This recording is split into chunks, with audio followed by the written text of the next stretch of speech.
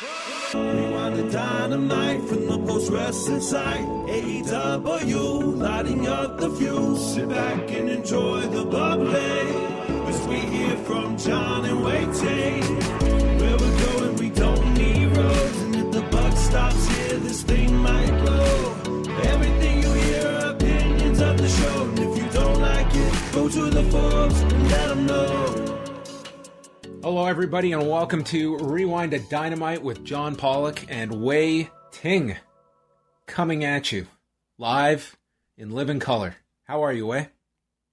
Doing really well. How are you doing? I'm doing great. I just finished the finale of Loki. Holy crap. Did not see that ending coming. Yeah, wow. You watched it. You actually had time to catch it, eh? No, I didn't. I'm 2 episodes behind, so I'll get to it in the coming days. It was quite the finale. It was a bit. When did you watch it? Did you watch it? Were you one of those like ready when it dropped, or did you get around to it today? What was your viewing of Loki? Earlier this morning, you know. Okay. Part of it is like me just having enough energy, staying up that late to watch it. I'd probably fall asleep even if it was a really great episode. What time do they usually release them? Is it 3, 4 in the morning? Midnight on the West Coast, so 3 a.m. for us. Okay. Yeah. And so, you know, I just caught it this afternoon, and because I still want to like engage in, I just don't want to be spoiled, and I do want to engage in some of the discussion. So I'd like to catch them a bit earlier. I'll probably watch it again before we do MCU later tomorrow night. I wonder if John Cena was spoiled in his text messaging. I don't know. I'm not sure. That's an ongoing rivalry he has between WH Park to see who can fake spoil the other first. Because they've been exchanging constantly fake spoilers. So we'll find out. Yeah, it's interesting. Well, we can find out what the man spoiled. Thursday night, a live edition of MCU Later. It's going to be MCU Live right now on Thursday night with WH and Wei Ting. Yeah, maybe like MCU Now. Live now. Sure. Okay, that works for me. I see you now. It really defeats the whole play on words, but we're trying. We'll work on it. But you might have a lot of MCU to catch up on this week because it's too much. You got to watch both editions of Loki, and then sometime this weekend you got to watch Black Widow because we'll be doing. I got to watch Black Widow for 2 hours and 15 minutes, and I got to drop $35 for this thing as well, man. Disney Plus. I'm so glad that I'm going to help Disney get through this pandemic. That they're going to be okay. I think Disney will make it. So I'm happy to help with my $35 to make sure that they can keep the lights on at Disney. You got to help the little guys. So I really do. Yes. Thank you for that. But yeah, at some point this weekend, John Pollock will watch Black Widow, and he will be joining me and WH Park to review Black Widow on the Patreon next Tuesday. So I'm really excited to have you there. Yes. For this week's Patreon show, we've got the 1992 Royal Rumble that is up. Seems to be a show many people enjoyed. And no kidding, like an incredible piece of feedback that we got. We got some really great feedback on the show, but one in particular really stands out. But we have 2+ hours looking at the show from January of 1992 when Ric Flair tossed over Sid Justice, spoiler alert, 29 years later. And then Ric Flair climbed to the top turnbuckle and performed a coffin drop onto a box with Hulk Hogan inside after The Undertaker put him there. Really ahead of his time. Yeah, that Ric Flair. It was. Yeah, it was. I would love to have seen 92 Ric Flair versus 2021 Darby Allin. You know what? What about 2021 Ric Flair versus 2021 Darby Allin? I think that'd be quite that could be something too. I mean, we know that Ric Flair can take a vertical suplex into a body of water, so you can start from there. We know he can at least take a water bump. So go check that out. A fun show, even including the Beverly Brothers versus the Bushwhackers. Well, I certainly enjoyed it. I mean, it seems to be a show that like really resonates with our particular generation of fans, and really anybody who I think remembers that period. So do check that out. Do check it out and leave us feedback on the forum, because as everyone knows, I love compliments. What else is going on this week, Wei? We've got SmackDown Friday night, Slammiversary post show on Saturday with Davey Portman and John Cena. And then Sunday night, more of us, right after Money in the Bank, where we will be chatting about live fans reacting to WWE wrestling, as we will Friday. It's a big day. It's a big pay-per-view. They specifically moved this one up so that it could be in front of audiences. So I look forward to seeing the presentation of the crowd, seeing how these crowds will react to a lot of these people that we haven't seen them react to. But, you know, speaking about Money in the Bank, did you know that Up Next had a surprise Money in the Bank game today? No, I did not. I haven't seen it yet myself, but apparently on Twitch, they surprised their panel. They brought on a panel to do like a top 5 Money in the Bank, and they sprung on a game for them. So they did like graphics and all that stuff too. So really getting to the Money in the Bank festivities, I would say. Oh, okay. Yeah, so a lot going on. So there was a winner? Was there someone that left with a Up Next briefcase? Yeah, somebody got a shot at a title match against Braden, I suppose, for their SummerSlam game. I haven't watched it, so I have no idea who won. All right, well, go check that out. They've also got a new edition of Up Next, chatting about Tuesday night's episode. We'll talk a little bit about that.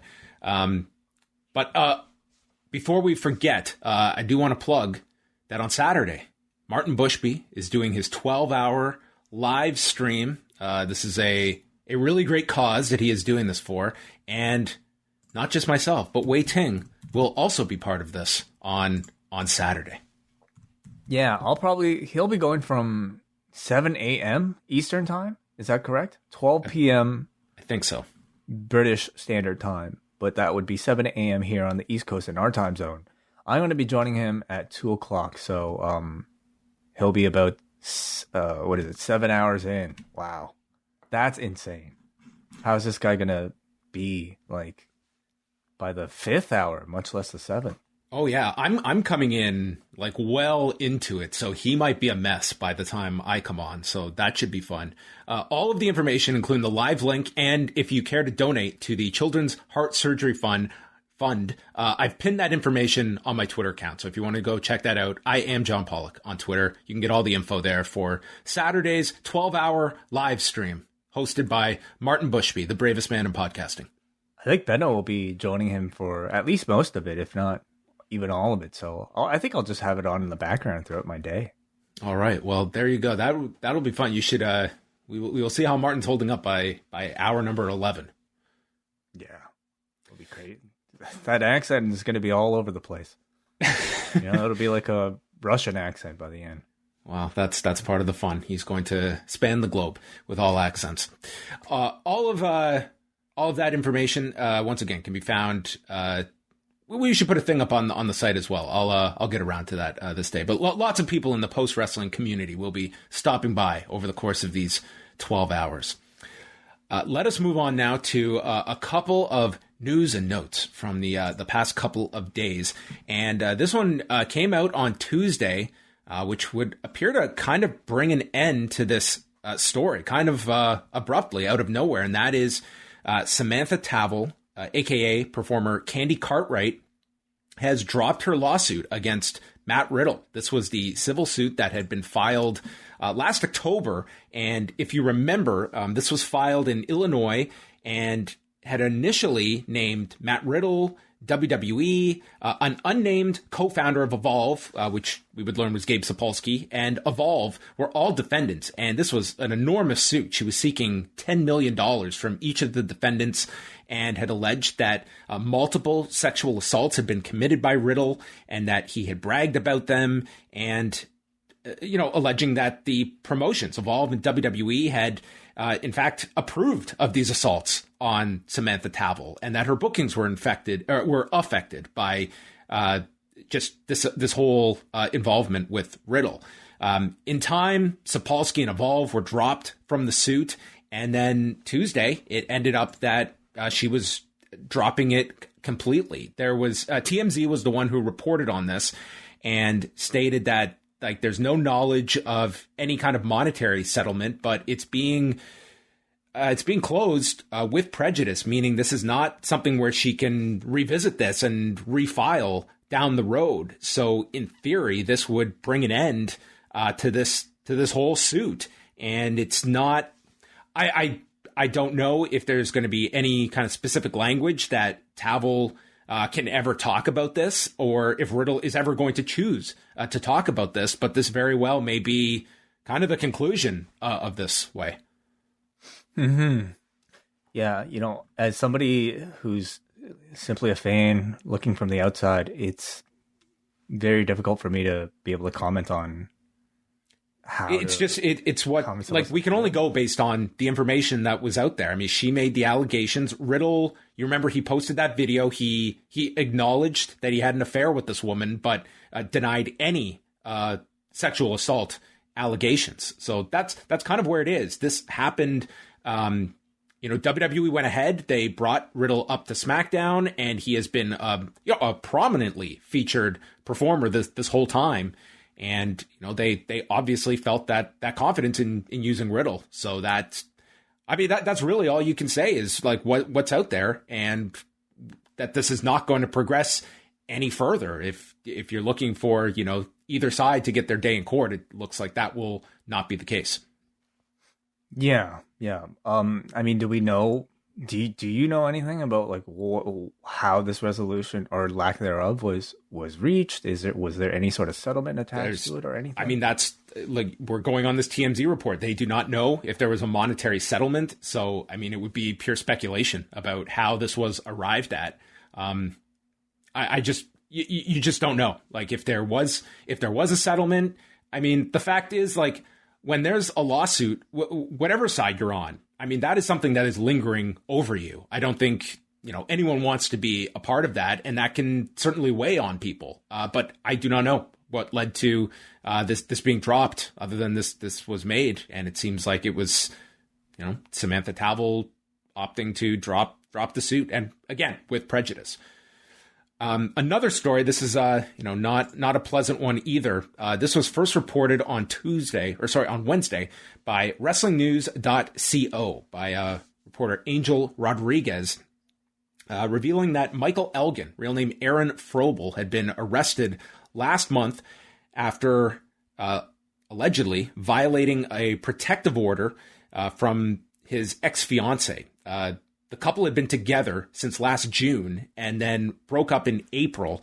And the woman had stated that she had left the relationship. They had been living together and sought out this protective order, which was issued back in May, citing, a whole list of verbal abuse in public, in private, monitoring her, sexual caretaking, pressure to engage in sex acts that she had expressed not wanting to do, insulting, shaming, intimidation. So this order of protection was granted, and then she alleged that this had been broken multiple times, with Elgin trying to contact her. She stated through different aliases, by email, tried to contact her mother by email.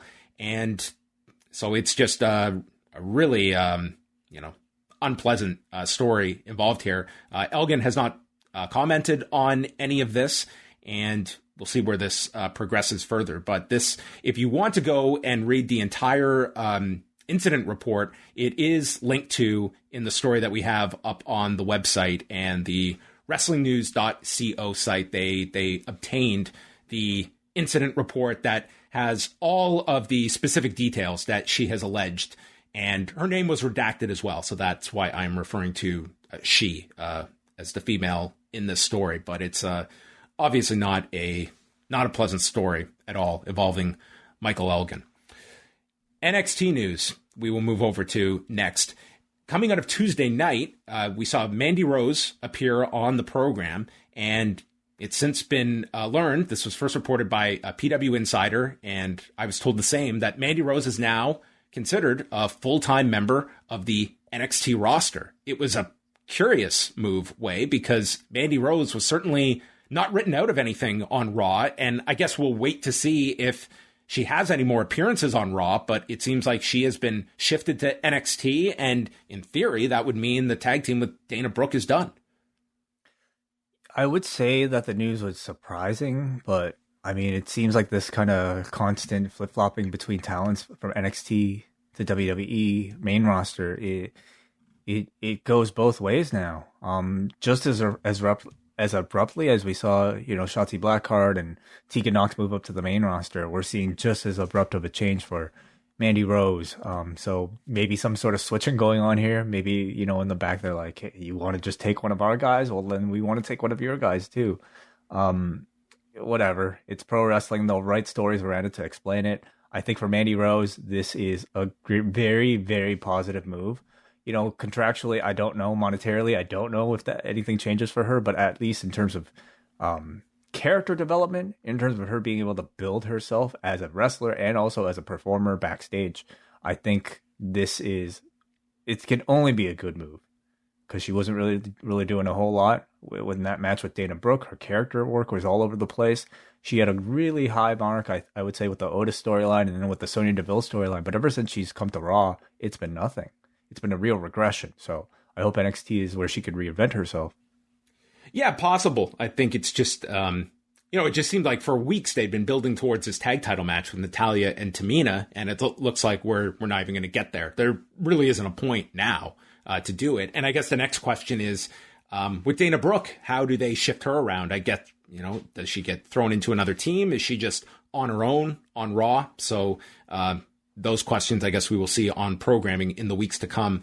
And then in regards to NXT, over the next couple of weeks, there's going to be it's going to be shuffled around a bit. It appears that the program is going to be airing on Sci-Fi for July 27th and August 4th.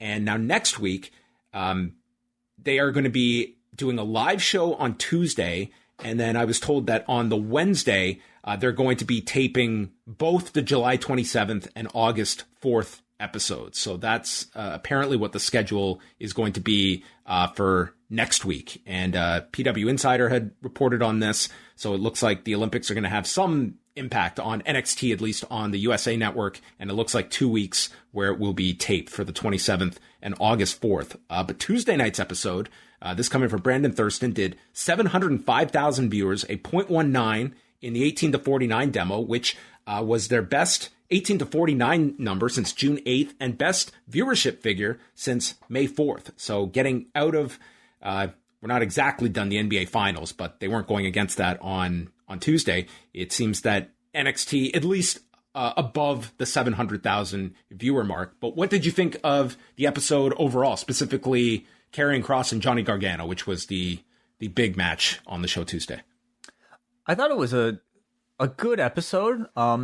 Obviously not as strong as last week's, pay-per-view level type of show, but I thought it was a pretty solid episode. I really like Johnny wrestling versus Karrion Kross. The match actually went, a little bit shorter than I expected, but it felt like it was the Johnny wrestling of old, and building up to a Samoa Joe match, like more than ever. I think that was pretty clear. I mean, that to me is like, there is no doubt now that they are doing Karrion Kross and Samoa Joe. Yeah, and who knows, maybe Samoa Joe and a bunch of other guys too. They're really teasing matches with everybody. What did you think of the match? I liked it. It was fine. Didn't blow me away. Certainly this was not at the level of last week's show, but that to me was one of the better NXT episodes this year. But fine for what it was. I would say for the rest of it, Duke Hudson feels like he is Captain America. That is the exact template that Duke Hudson is going for. Like Steve Rogers or Captain America? Steve Rogers, maybe. What, just as in like, in terms of size or in terms of just personality? I just get that whole kind of, I think they are taking different elements of what they see in Drew McIntyre with Steve Rogers, and your combination is Duke Hudson. I was very surprised. Actually, I shouldn't say I was surprised he won, but I totally thought that I was not expecting him to actually win the match. Okay. I mean, judging by his size, I think the amount of the amount of time they give him, just based on his entrance and also what he had last week. I mean, the tall guys are always going to at least get a leg up, and especially if you're a tall guy who can have some form of personality and, you know, is at least decent in the ring, you're going to have a lot of chances. So I don't know if I see this guy winning the whole thing, but I wasn't too surprised that he beat Paul Rickham and Jiro here. What did you think? I think Jiro is great, though. I think he's, you know what, you're right that he really doesn't need this tournament, but he's a really enjoyable character. Fun, yeah. I mean, I don't know what the ceiling is for a guy like that, you know, beyond maybe like kind of being your friendly, like fun little opening act. But within NXT, you know, we've seen that like varying success, you know, as far as how they can push people at that level. So maybe something for him down the line. What did you think of the Cameron Grimes LA Knight skit? I was not surprised that they're like Grimes is going to be great in these. I think LA Knight plays off him very well. You know, they're very much in the same style of, you know, David Von Erich and Jimmy Garvin. I mean, it was a classic story in World Class where Garvin had to go onto the ranch and pretty much be in the same role that Grimes is. They were fine for like week one. I do worry by the end of seeing three of them on Tuesday night. Like, are they going to be able to go to the well week after week with these? I would say maybe 2 weeks max, you know, and next week needs to be even more creative than I would say this week does. But I love it whenever they can have wrestlers get out of the arena, you know, whether it be get out of the backstage, like show me how these guys live. And in particular, I actually feel like LA Knight came across really well in these segments. He comes across like, you know, a rather natural actor in these scenarios, and to me came across like a bigger star just through his presence in these sketches. Yeah, Grimes was very funny in them, especially the callback after right at the end where he falls in the water. Can I get you a towel, sir? He was very good in these. I enjoyed Grimes quite a bit. They briefly explain that Shotzi Blackheart, her contract has been picked up by SmackDown. So that was it. Ember Moon was on her own. And that's it. The team is done. Do you think we even get a mention of Mandy Rose on Monday? No, I'm going to guess not. Right. It does seem like when they make these moves, that's it. They're done. I don't know if we're going to do the usual where you finish up on your other show, even though it would make sense to do so. But it doesn't seem like Toni Storm even will be finishing her feud with Saray here. You know, that's a great point. There was no mention of Toni Storm here. Yeah, well, they mentioned her briefly, like in the back, but basically it was like she's gone. You know, like it was Gigi Dolan setting up the challenge to Saray and then ultimately losing. And then we had Mandy Rose actually come out to scout. So maybe Mandy Rose picking up where what is it? Oh man, I forget her. Toni Storm left off. Yeah, I mean, maybe we'll just have Mandy Rose. It certainly seems she's going to be injected into that story with, you know, Jessie Kamea, Frankie Monet, and Robert Stone, whatever they're going to do there. Or maybe they'll just have Mandy scouting different people. You don't really know what she's going to be doing in NXT and then shoot the angle with her in time. Just go out there and look. You know, and that's basically what you can do with anybody if you don't know what you're going to do story-wise for him yet. What we did get a tease of was the next challenger for Raquel Gonzalez in Xia Li. Yeah, they're going to do that next week.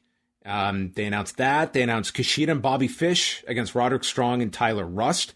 And though we don't have a date, it looks like Adam Cole's got Bronson Reed, and they pretty much made it pretty clear that they're going to get to the rubber match between Adam Cole and Kyle O'Reilly.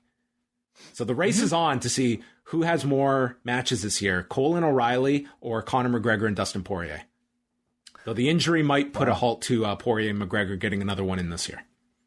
Yeah, wow. It would be quite the year. A whole trilogy of fights within the span of a year in MMA, that feels incredibly rare.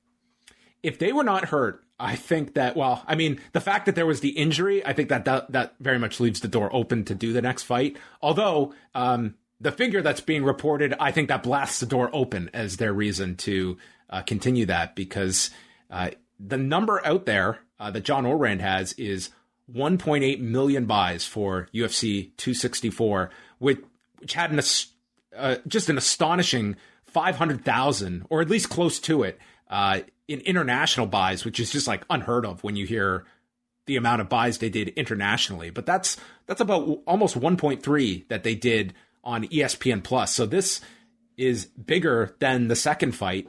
The question would be, would the fourth fight top this number, do you think? Or do you think this is the peak number that McGregor and Poirier could do?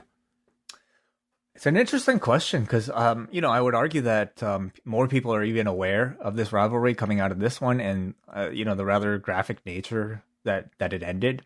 So you might spark some more curiosity. But on the other hand, I mean, are people going to see this as much of as balanced of a match as maybe, this last one was when they do it again? And will that deter people? My gut tells me that it'll do better. Like, I think Conor fighting is still a spectacle. And if you give people enough of a story to want to watch him, avenge a loss, even if his chances may not be realistic, I think people will still want to watch it. Yeah, I think it's still going to be gigantic. Even if it comes up short of this number, you're still talking about one of the biggest fights in UFC history. And Conor will talk it up, like even he more will. so this time. I guess my argument would be that Conor against just about anyone, and you have no shortage of people, especially if you were to include welterweight, that's going to have that attention, and doing another fight with Dustin Poirier and a similar outcome, which is what I'm very confident would happen. Like, over time, is there an accumulation that is going to impact Conor McGregor in the eyes of a lot of people? That do we protect Conor in the sense of not so much protect, but to me, this next fight with Dustin, it's about a foregone conclusion. Like, we have got the answer to this puzzle. Is there a better business reason to put him against somebody else that at least it's a new opponent and more of a winnable fight for Conor McGregor that long-term is going to be more impactful? But in MMA, you never know. You could put him. No, it's not a guarantee, but I would say it's about as close to a guarantee that this rivalry is not turning around for Conor McGregor. When I say you never know, I actually meant if you put Conor into a lesser opponent, he could still lose. He could, yeah. And that's the question we don't know. He's had so much inactivity that against a number 5 or 6 lightweight, has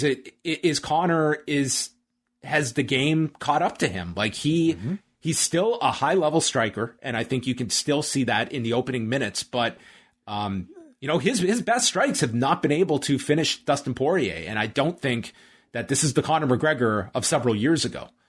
I believe there is audience interest in a rematch, and by putting Conor against somebody else and having him lose, you risk being further away from that rematch.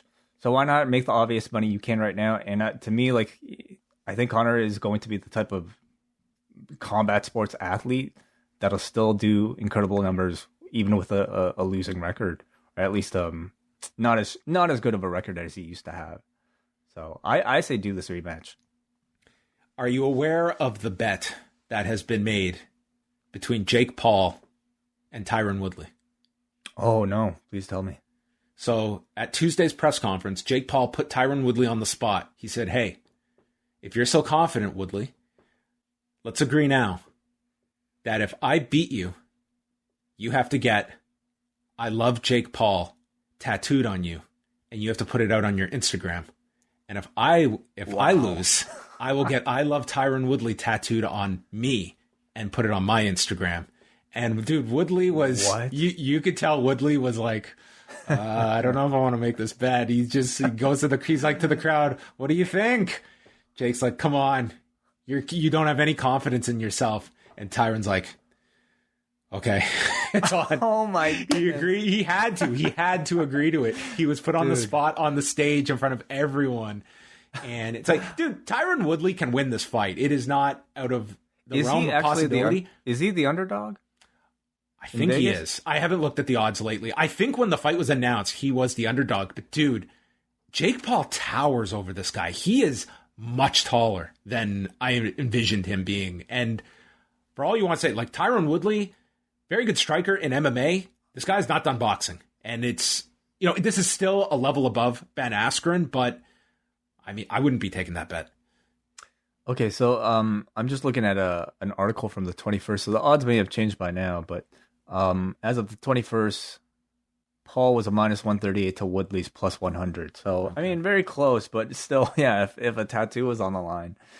Woodley had to take it. Come on, please. Like, did they say where they have to get tattooed? I think they can choose. I don't think they specified where it has to be. Like, it could be like this tiny, like on the bottom of my foot.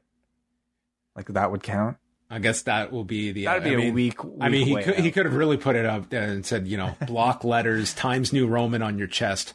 Yeah, multiple colors. I mean, Jesus, like these Paul brothers are like really excellent at this game because they've got me interested in this ridiculous fight just for a stupid reason like that.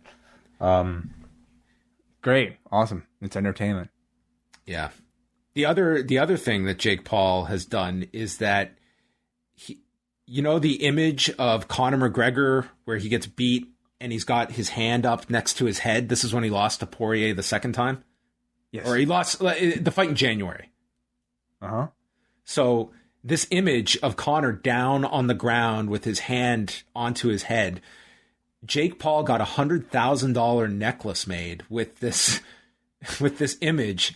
And he's going to give it to Dustin Poirier to, I guess, auction for his foundation. Wow. Okay. Nice. You definitely have to see this. I'm looking at this necklace. It is quite the incredible piece of jewelry. Your search ability is very quick. I typed Jake Paul necklace and it's right there, man. That is hilarious. Yeah, honestly, the more I hear about these Paul brothers, the more I go from completely being disgusted that they are at all involved in the combat sports world to having a great amount of respect for their promoting abilities. This was really creative, whatever all this stuff. It's on the one hand completely obnoxious, but on the other hand very effective. Which is, I mean, look at their YouTube careers. Exactly that. I think you're going to end up watching this fight. I think you will. There's a good chance. Yeah, sure. It's a Sunday night boxing card again. Yeah, wow. Well, we gave it plenty of promotion to our audience on this show. We clearly have. And the last thing here is several fights that have been made for the September pay-per-view for UFC 266. It's going to feature 2 title fights. They're going to do Alexander Volkanovski and Brian Ortega, who were supposed to fight in March, and then Volkanovski got COVID, and they delayed the fight, allowing both to be the coaches of the current season of The Ultimate Fighter that I know you're following each week, Way. And so the fight will now happen September 25th in Vegas. The other title fight is Valentina Shevchenko against Lauren Murphy.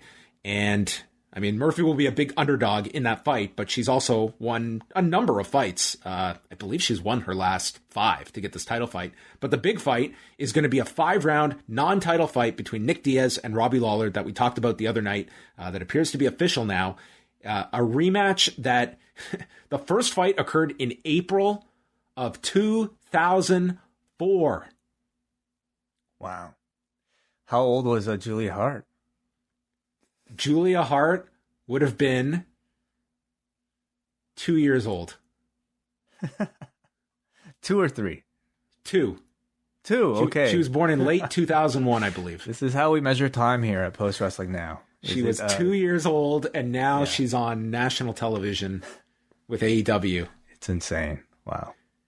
That's crazy. That fight, dude, took place 3 weeks after WrestleMania 20. Wow. It was the first Tito Chuck fight. They were on the undercard. Long time. Wow. A long time ago. All right. All of your news can be found at postwrestling.com. We're now moving on over to Fyter Fest Night 1 of 2 from my favorite wrestling city in the world, Cedar Park, Texas, at the HEB Center. I think there were over 4,500 people here at this show. They announced it as a sellout. This was one of the best crowds of the year. This was unbelievable. Can we say the best crowd of the year? Like how? I'm fine saying that. I was just hedging my bets here, but because the year's not over. There were so many people on this show that felt like the biggest stars in wrestling. I'm just trying to think who they're competing with. I mean, it's not much of a contest, is it? You know, the first half of Double or Nothing was pretty incredible at Daly's Place. Yeah, but you can't give an award to half a crowd. You know, this crowd was here from start to finish. They were pretty great. I mean, they dipped a little at certain points in the show, but pretty much this was a red hot crowd, and this was such a fun 2-hour show. For the next pandemic, they need to just record this audio, save all these MP3s so that you can get ready. Yes. They should be, they could can this and use it the next time Hulk Hogan causes Sid to be eliminated and the crowd cheers for Sid. Or the next time Hulk Hogan appears, period. Live. You might want to bottle this. Yeah. So we got off to a big start with the Jon Moxley, Carl Anderson, IWGP United States Championship match. And Moxley is the first one out, which I thought was a smart play here to start the broadcast with. As Moxley, to me, it makes it an obvious choice to put these IWGP US title matches up front at the top. Number one, I mean, it's another promotion's title, so I don't think it makes sense to put it in your main event. But number two, it's Jon Moxley holding it. He's got one of the best entrances in the arena or in the roster. He's got it's a great way to showcase the audience, and he's arguably your biggest star in the company to catch people on right at 8 o'clock. So a great choice for your first match. He comes out to Wild Thing. Eddie Kingston's with him. The place is going electric, which was just a signal of things to come on this broadcast. Kingston attacks Gallows on the floor with a pipe and takes him out through the crowd. So they disappear for the rest of it. And they do note that it's New Japan rules. So we have a 60-minute time limit and a 20 count. 60-minute limit? That's a bit generous. You know? 60 minutes, you're going to fill. They were about to give New Japan an hour of their broadcast. Is it because it's a title match? Like, does every New Japan title match have a 60-minute limit? Yeah. Even the fucking never 6-man tag, even the KOPW championship is a 60-minute limit? Well, the US title for sure. So they were they were very liberal with the time they allotted, and they were also liberal with one of the counts when they were on the floor. I think I counted to 200. Might have been a 60-minute count. It might have been. They had an actual Fry Takayama spot here, unlike Stephen Thompson and Gilbert Burns on Saturday.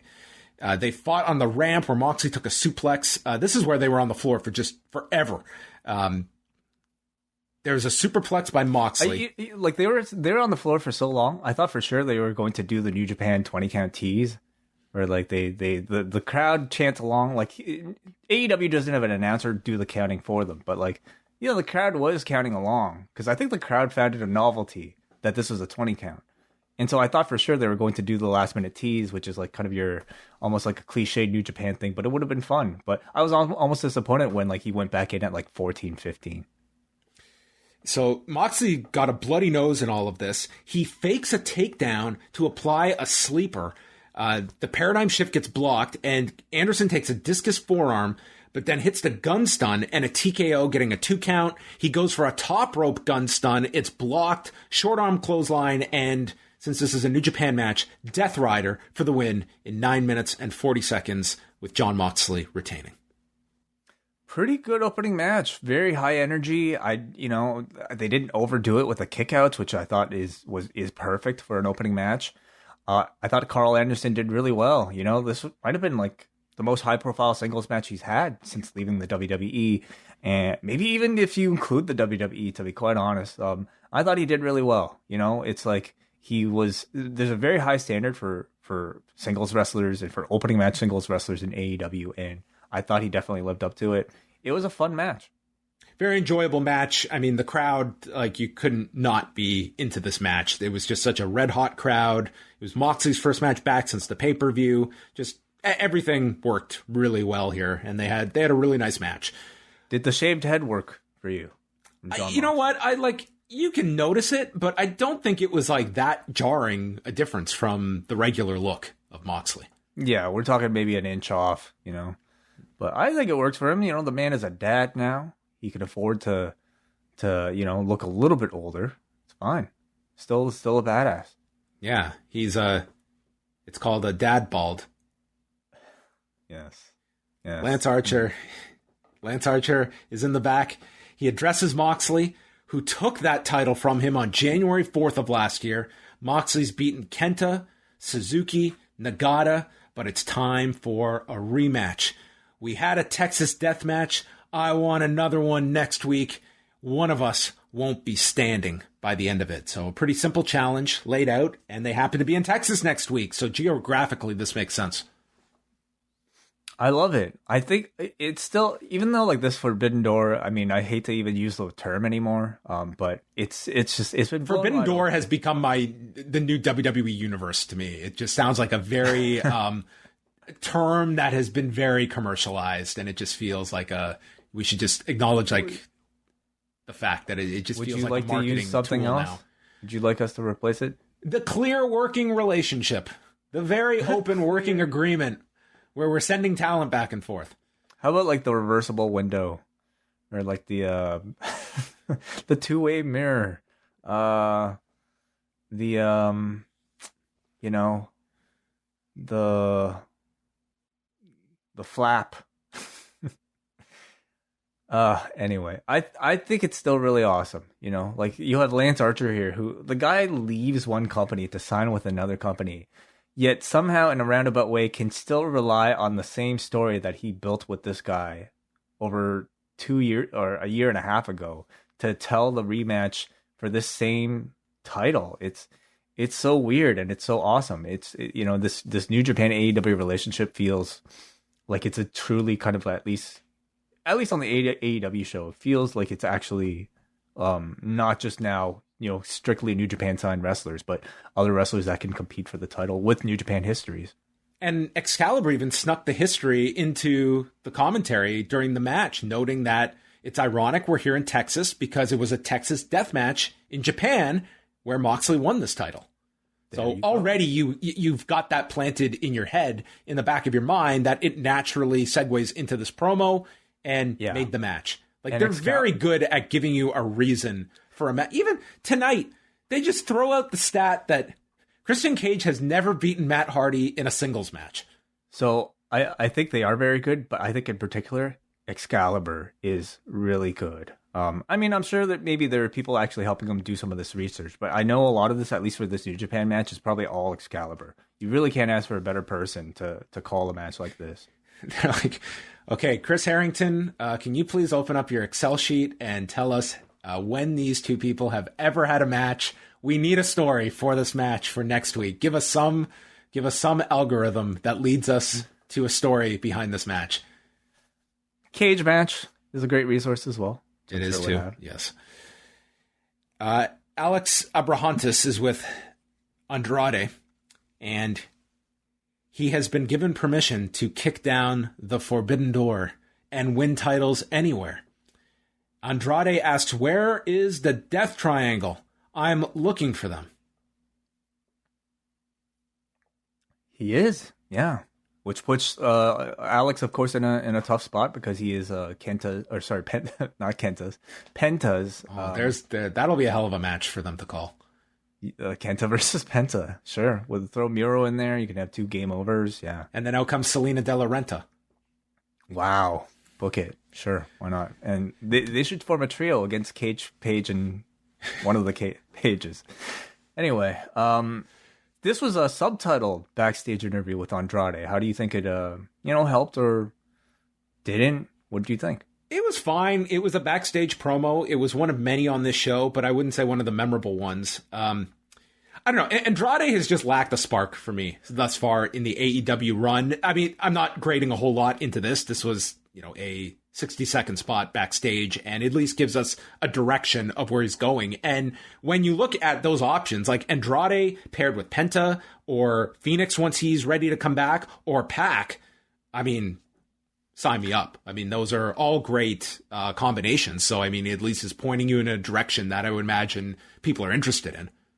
Reviews weren't really strong for his debut match last week, but we know what special. Yeah, we know what this guy is capable of. I don't really kind of put too much stock into that one single match. I know when you pair this guy enough up with the talent that is on this roster, he's going to create, magic eventually at some point.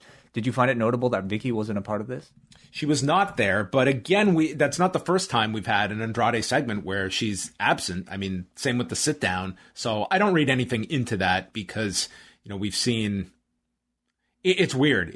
He still had the assistant, but yeah, no Vicky. I think they're on their way to breaking it up personally, They could. I mean, that combination has, we've seen it enough times that I don't think it's really jumping out at people. And, does he necessarily need the mouthpiece as well? He's got subtitles now. Don't really. FTW Championship. Brian Cage against Ricky Starks. Ricky Starks lives in nearby Austin, Texas, which is pretty much like right adjacent to where they are. So he was incredibly popular to this crowd. Taz is on commentary, and this is Starks' first match back since his neck injury. So he hasn't wrestled since April. Starks snaps the arm of Cage as they imply that he is going after previously injured body parts of Cage. And we went through the picture-in-picture. Crowd is chanting, "Ricky's awesome." And we got some spectacular stuff here. There was a pump handle facebuster to Starks, and he gets his foot on the rope, and the crowd, they just go nuts. They just want to see Ricky Starks survive this monster. Starks eats a hard super kick for a 2 count, and then takes Cage out of the corner with a last ride. Starks then grabs the FTW belt, but Hobbs pulls it away, and Starks turns around into an F5 for a huge near fall. It's like this whole crowd, they're giving Starks, as soon as he gets hit with something, they're out. They're like, there's no way. So then they go mental when he finally kicks out. And then Hook distracts Bryce.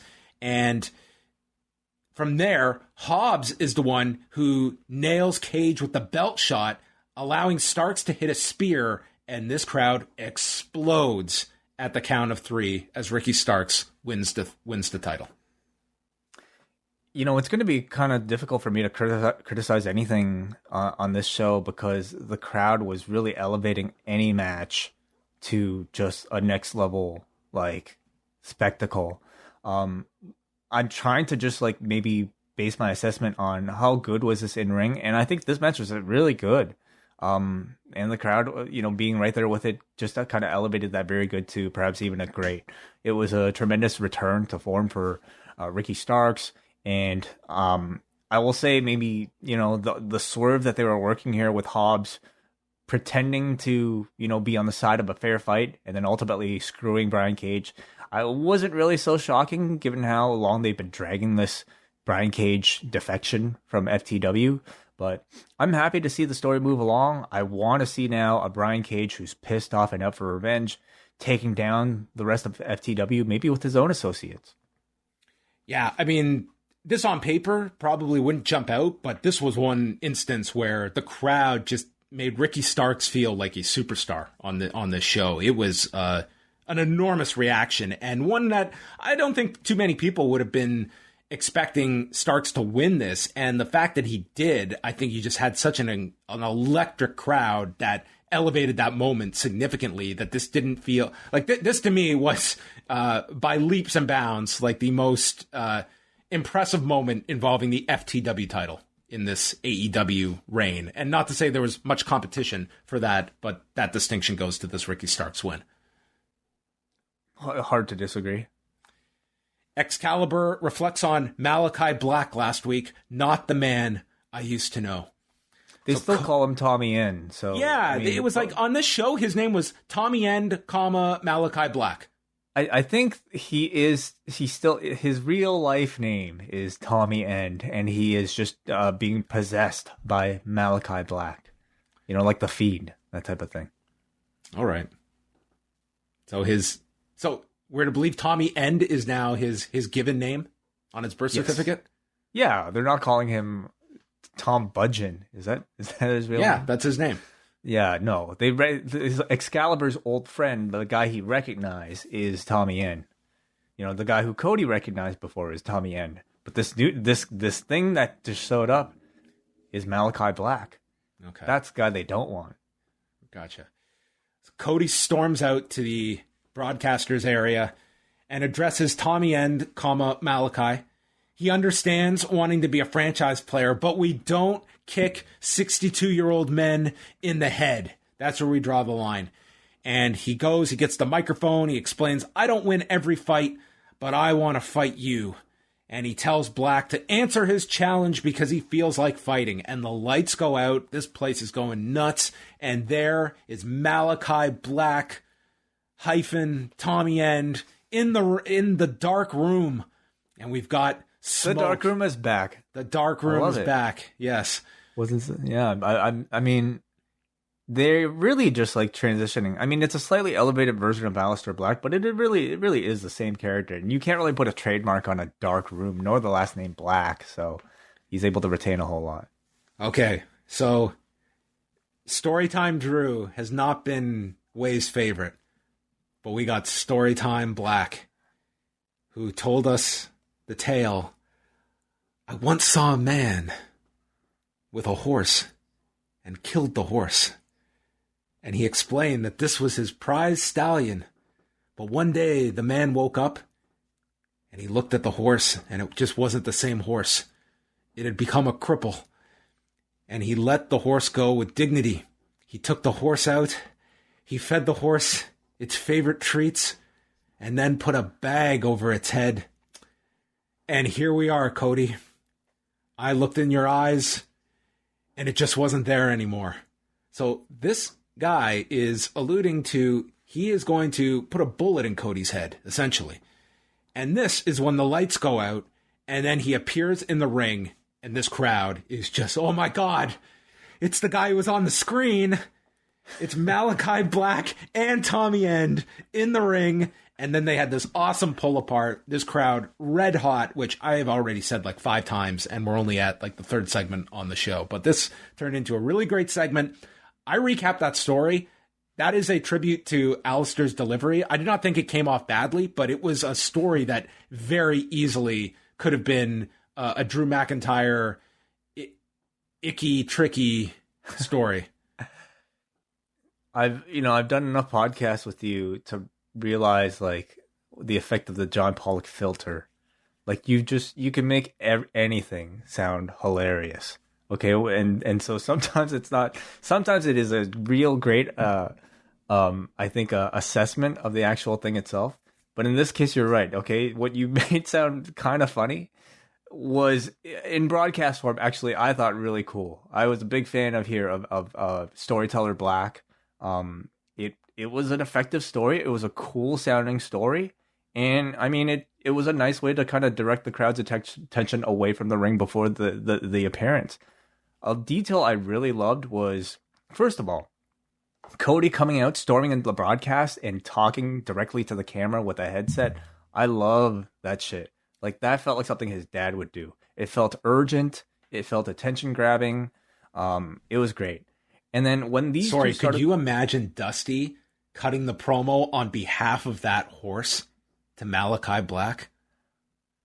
Oh, maybe. Could you imagine him? What would he say? Conjuring that soul of that horse who had so much life left in him. Were you going to kill that horse? I say nay. Oh, fuck. Dude, it would have been amazing. God damn. Wow, you're on tonight. Holy shit. That was great. But now I want to see Dusty feud with Malachi Black. Please sign me up. Oh, God. Another detail I really loved was once these two started brawling, you recognize what Cody is wearing. Cody wore all white today for a reason, because he knew he was going up against the guy who was going to dress in all black. So these two, their brawl looked like a spinning yin-yang symbol. It was great. Just awesome. When do you want to see this match? What do you think is the optimal... Like, this was a big angle tonight, as was last week. What do you think is the time frame on this? Well, I think, what is it? What are we talking about? Labor Day? I mean...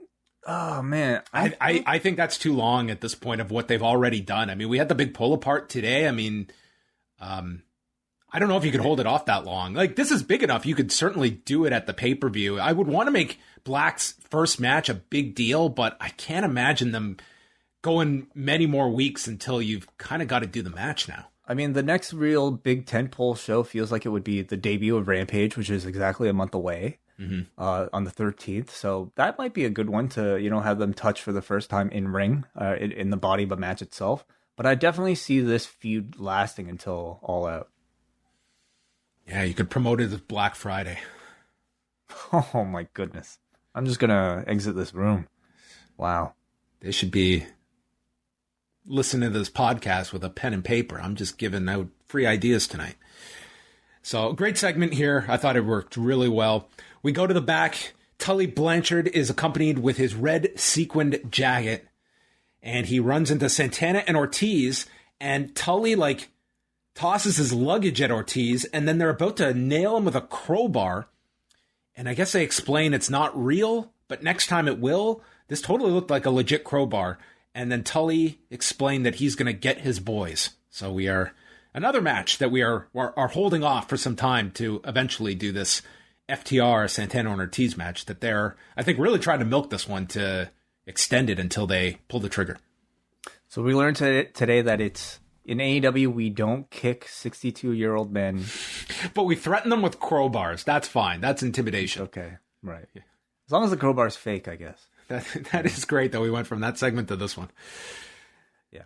No, It was cool. It's like they're baby faces that are intimidating the, asshole manager of the tag team who, has always attacked them from behind.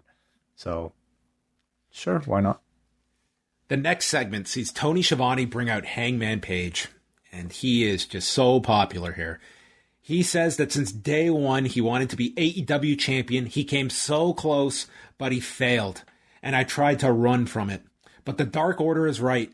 I still need that championship, and I am here to officially challenge.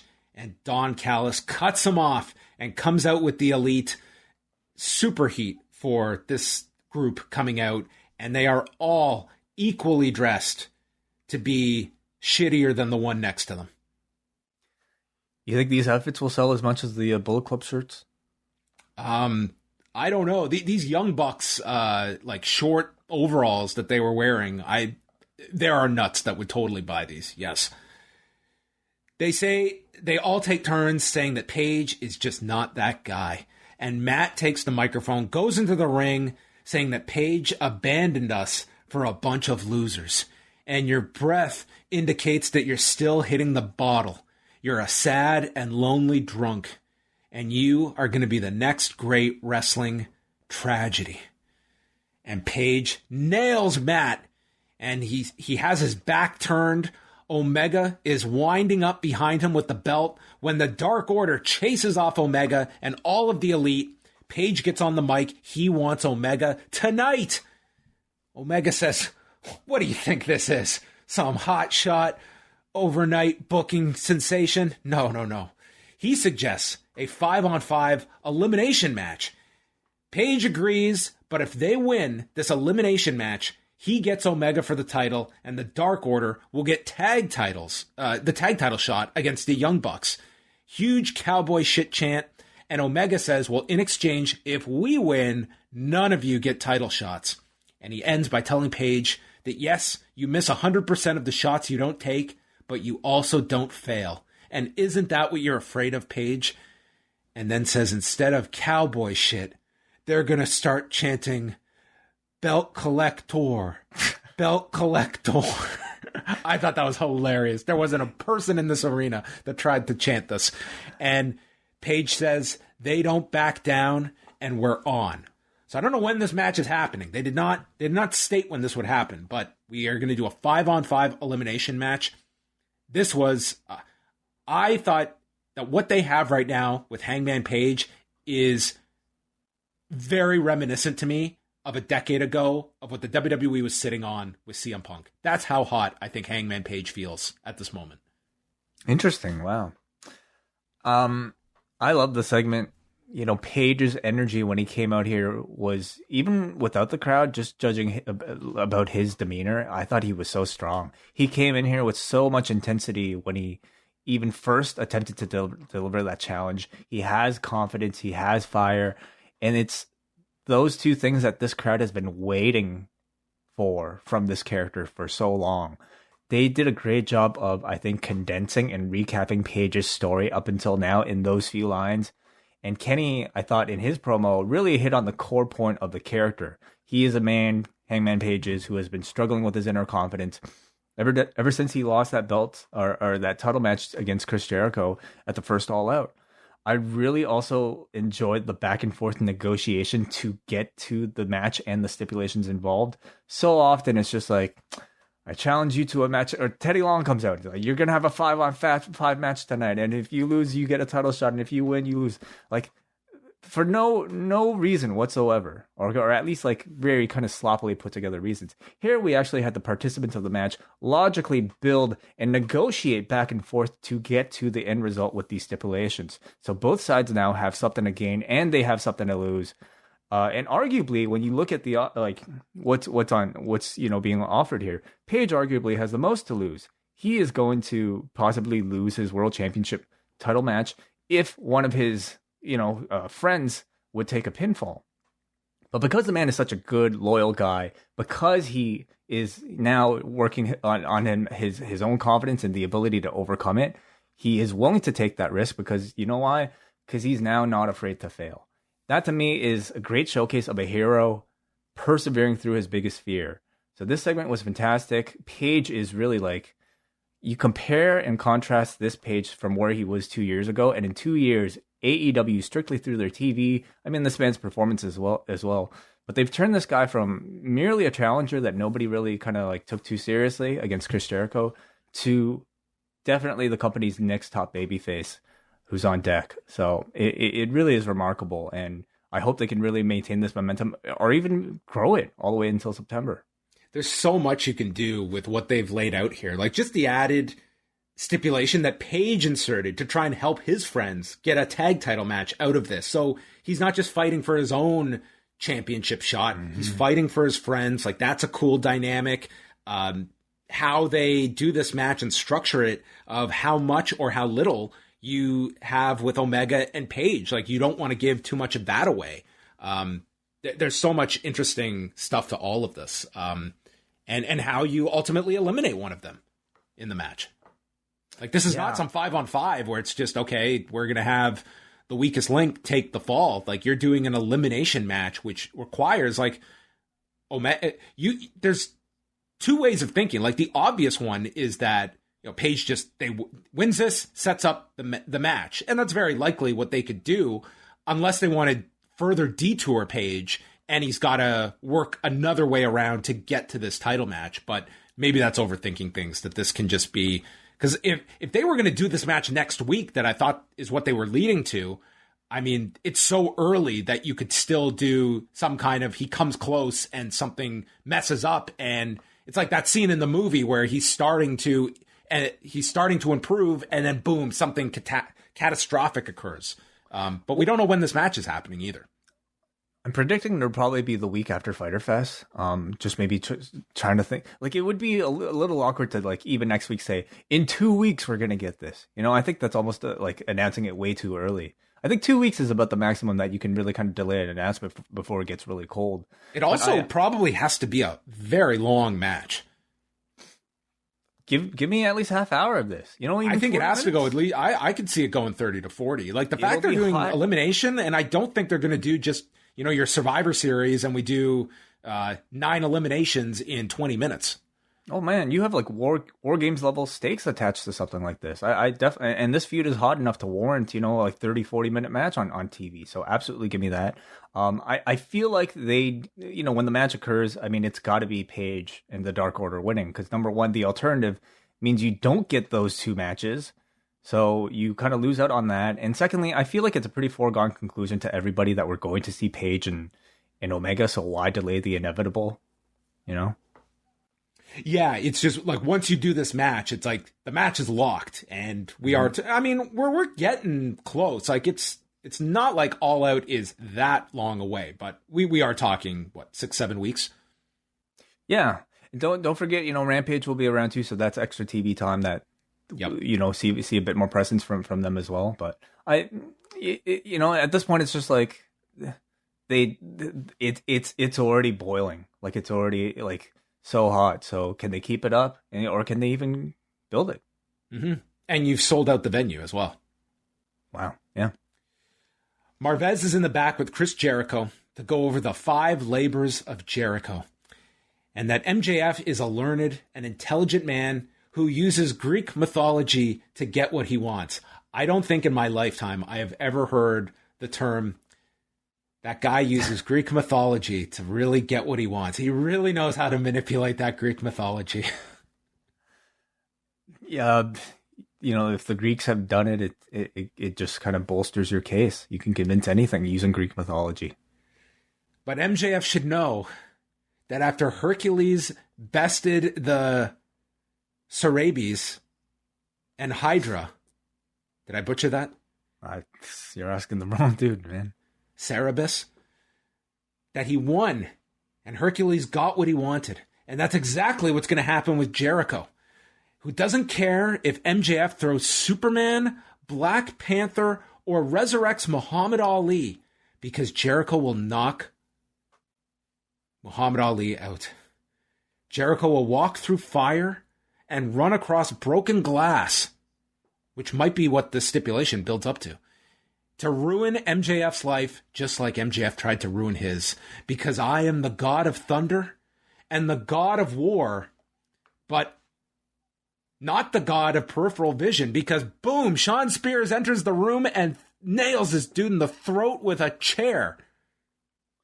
Always lock the door when you're cutting a promo. Always. The god of peripheral vision, was that like Norse mythology or Roman? Like, what was that? That's in the that's the select editions that only a few Testament.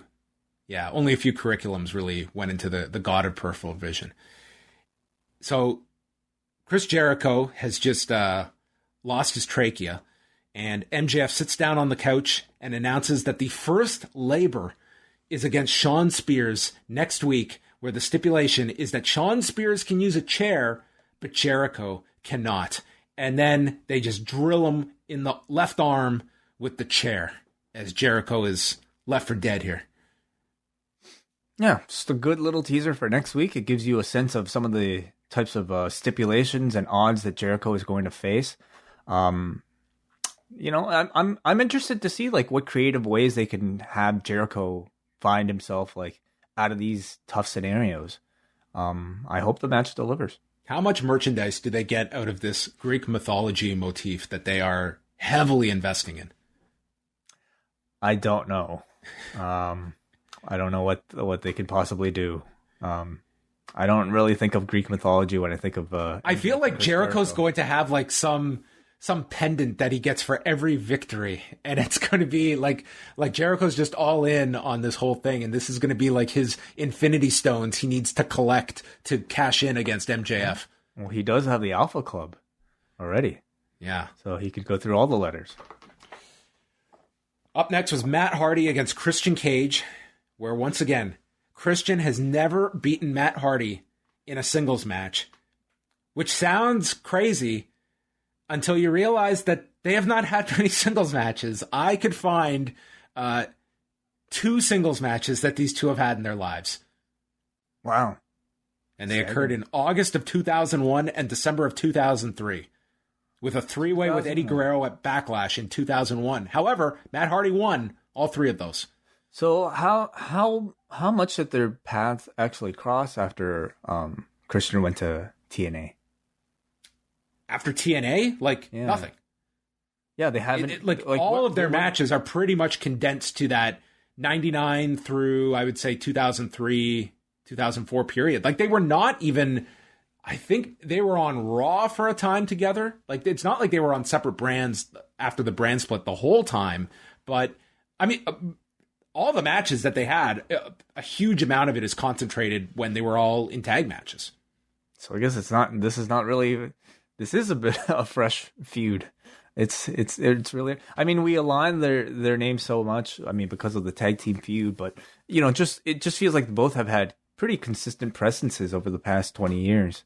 They never overlapped in TNA because Christian was gone by the time Matt Hardy got there the one time in 2011 and then came back years later. Like Christian's in WWE that whole time on his second stint. And then back in WWE, Christian was gone by, what was his last match? 2014, 2015, and Matt Hardy's in TNA still at that time. So when Matt comes back with Jeff, Christian's already he's not wrestling at that point. So kind of that whole second half, like post 2005, there really is no time that they both are on the same active roster together until now. Cool. So we see Christian Cage hit this huge high cross to the floor, and then Hardy grabs Christian and hits a draping DDT on the steps and proceeds to catapult Cage's throat into the bottom rope. They go through the commercial break. Hardy is staggering up after a twist of fate is countered, and Hardy avoids a spear. Christian tries again, hits the frog splash, and then we pass the 10-minute mark, and JR just says how much he loves that we have time limits in AEW, which it sounds like an odd thing to say in the middle of a match. Like, I can say that you like the idea that these structures are in place, but if you are just watching this match, why would you be excited about it? They might run out of time. They might not. We might not get a conclusive end. Like, why would you root for that? I'm trying to think, like, in a real sport, like if there's one league that happened to not have time limits and another one that did have time limits. Baseball does not have a time limit. Baseball does not have a time limit. Okay, let's say the National League all of a sudden decided, okay, every inning has a 15-minute time limit. Right? Joe Carter facing Mitch Williams. Sorry, we're out of time. Phillies win. We gotta go. Oh, that would be great. Yeah, would an announcer calling a National League in the game context of the wrestling show, it just doesn't add up that you would be rooting for a time limit. As an analyst, I totally get, like, time limits can add a lot of drama to the match, and it adds like a system in place. Well, here's the thing. Okay, if it was, let's think the baseball example. If there was a clock attached to it, I mean, players would be taking their at-bats a lot more seriously. You know, the action would be much more fast-paced. The strategy would be totally different than I think what baseball would be. So for that reason, he could be thankful. And maybe JR in this context is saying, oh, with a time limit, we're going to see much more faster action because these guys are going to take their time with these, long chin locks when in matches with no time limit. Saved it for you, JR. Well, Matt hit a superplex. Kill switch gets stopped with a low blow by Matt, and he hits the twist of fate. Cage kicks out for a big pop. And then on the floor, Matt applies the leech. The leech. It sounds a bit more devastating than the butterfly lock. What was this in the in TNA? What did he call this? The ice pick or something like that? It was something like that. So he has this submission on. He lets go of it, and he's going to take the count-out win, but Christian makes it in at the count of 9, and boom, hits the kill switch and pins Matt Hardy. Yeah, that logic, I know it's sports, like, a knockout blow can occur at any moment in a real sport, so a finisher could be delivered at any moment, but yeah, the flow here didn't really make as much sense to me, with, like, Matt Hardy as the one who's been recovering this entire time. In ring, he's fresh, and all of a sudden, this guy barely makes it back in, half dead from the leech, and just hits his finisher. How does that work? In a video game, this wouldn't be possible. Because Christian's recuperative abilities was aware, hey, body, time is ticking. We've got a time limit here. It's the time limit. There you go. That Wolverine recovery strength here to come back from a devastating leech submission, and then boom, he wins. It was just, it was very jarring to do the dramatic count-out save, and then the guy nails his finisher and wins it. Yeah. Well, crowd reacted really well for it, so it's hard for me to criticize because everything. Listen, I thought they had a fine professional wrestling match. I didn't have any real complaints about it. It was a little jarring with the finish, but I thought both worked really well together for all. I think there's been some criticism of this program for how long it's gone, but I had no issue with the match. It was, the audience, in particular Christian, this was among the best reactions Christian's gotten in AEW. Totally agree. I actually thought it was a very good match. You know, admittedly, man, for whatever reason, it just wasn't one I had too much interest in.